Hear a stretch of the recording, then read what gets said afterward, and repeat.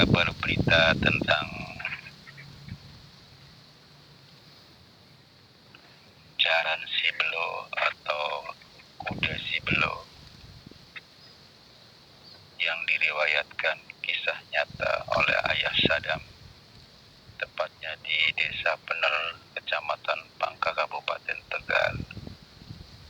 Terdahulu 40 tahun sebelumnya terjadilah ramai diperbicarakan oleh masyarakat bahwasanya di lingkungan sawah kampung Desa Pener, terutama Desa Pener bagian barat utara, dengan digemparnya adanya kuda sibelo ini, setiap orang yang hadir ke sawah menjelang tengah hari selalu ditemuin oleh satu makhluk yang namanya kuda sibelo. Suaranya juga persis kuda. Apabila orang tersebut yang benar-benar bertemu dengannya, menurut cerita masyarakat, pulangnya akan sakit.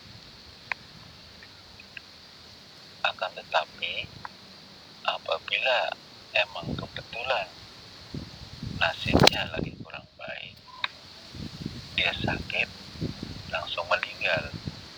Itu menurut cerita masyarakat setempat. Pada saat itu, 40 tahun yang lalu, memang ada kejadian orang sedang mengandung usia tua, sedang mencari kayu, dari kayu bekas panen jagung. Begitu dia pulang, dia kejang-kejang, padahal saat itu dia lagi sedang mengandung, umur sudah tua. Hingga sampai berjam-jam kejang-kejang itu nggak sembuh-sembuh. Yang ada dia seperti kayak kesurupan yang keluar, sikapnya seperti kuda. Hingga sampai meninggal 24 jam nggak kuat ya, meninggal bersama anak yang dikandungnya. Begitu pula sebelumnya kejadian itu, dalam satu keluarga itu memang kena korban. Yang pertama kakaknya, juga wanita, hanya bedanya dia dalam kondisi tidak mengandung. Kalau dia benar-benar tenaganya kuat sekali, orang yang pertama, sampai 20 orang ingin menyelamatkan dia. Tenaganya lebih kuat dia daripada orang yang 20, sampai-sampai nendang pintu roboh, nendang tembok-temboknya yang roboh. Dia akhirnya juga meninggal seperti itu. Jadi kejadian-kejadian itu dalam satu keluarga ini sama dari riwayat kuda sibelo. Ini yang kedua, yang adiknya yang perempuan yang sedang mengandung tua juga demikian. Cuman kalau dia tidak berontak seperti kayak kakaknya, hanya bersuara seperti kuda, karena dia sedang mengandung tua, jadi tidak banyak gerakan-gerakan yang terlalu kuat, hanya nyembur-nyembur seperti kuda. Dia keluarkan liur persis gerakan-gerakan kuda. Dia bertahan 24 jam lantas meninggal. Tapi yang pertama kakaknya bisa lebih dari 2 hari baru meninggal. Nah, dari situlah masyarakat ramai membicarakan bahwa di tanah sibelo itu pada saat jam-jam menjelang tengah hari, pokoknya jam-jam 11 ke atas, hati-hati menurut lingkup saya pribadi, Ayah Sadam, pernah membuktikan sekian banyak orang menceritakan hal kuda si Belo. Menurut masyarakat, apabila kita bisa bertemu dengan kuda itu, jangan harap kita nyawanya hidup, yang ada sakit dan meninggal. Tanpa sengaja, malam hari kebetulan hujan rintik-rintik dan memang kondisinya gelap. Saya dengan sepeda sekitar jam 9:15 malam hari ya. Ada sesuatu yang bergerak-bergerak di sawah. Kebetulan di situ ada tanaman pohon padi yang sedang keluar padinya ya.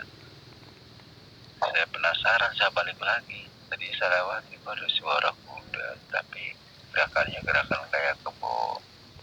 Begitu saya intip, benar bentuknya seperti kerbau, kepalanya kuda. Nah di sini saya bisa mengetahui sendiri apakah ini yang disebut kuda si Belo. Ini menurut saya pribadi ya, karena banyak dibicarakan orang katanya ada kuda si Belo. Kalau orang nggak mau bilang jalan si Belo ya. Tapi yang saya lihat badannya kerbau, kepalanya kuda. Begitu. Karena saya punya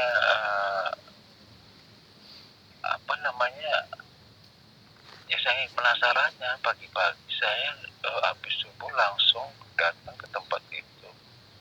Saya punya alasan tersendiri.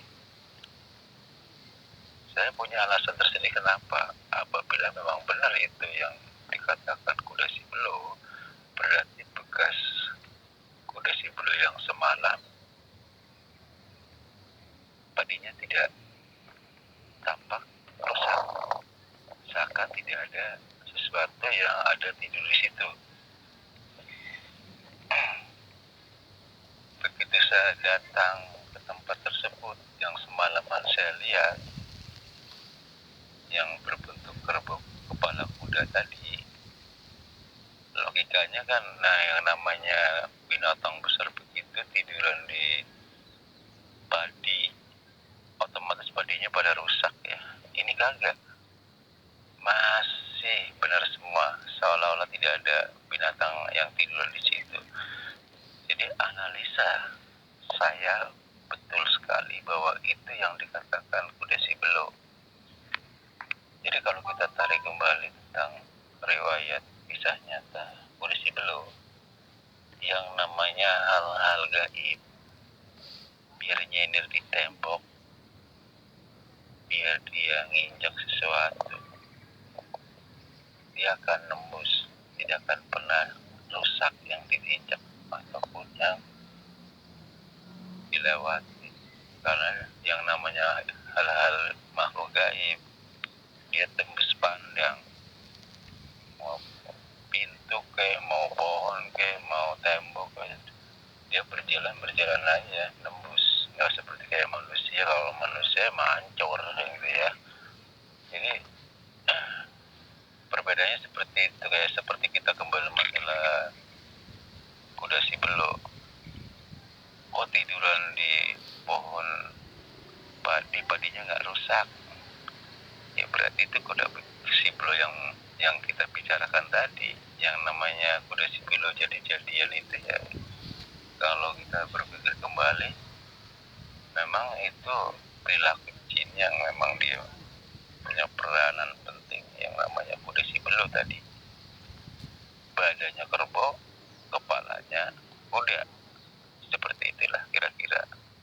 Demikianlah saudara-saudara, sekilas kisah nyata yang dibicarakan tadi, tepatnya di Desa Pener, Kabupaten Tegal, 40 tahun yang lalu. Terima kasih. Wassalamualaikum warahmatullahi wabarakatuh.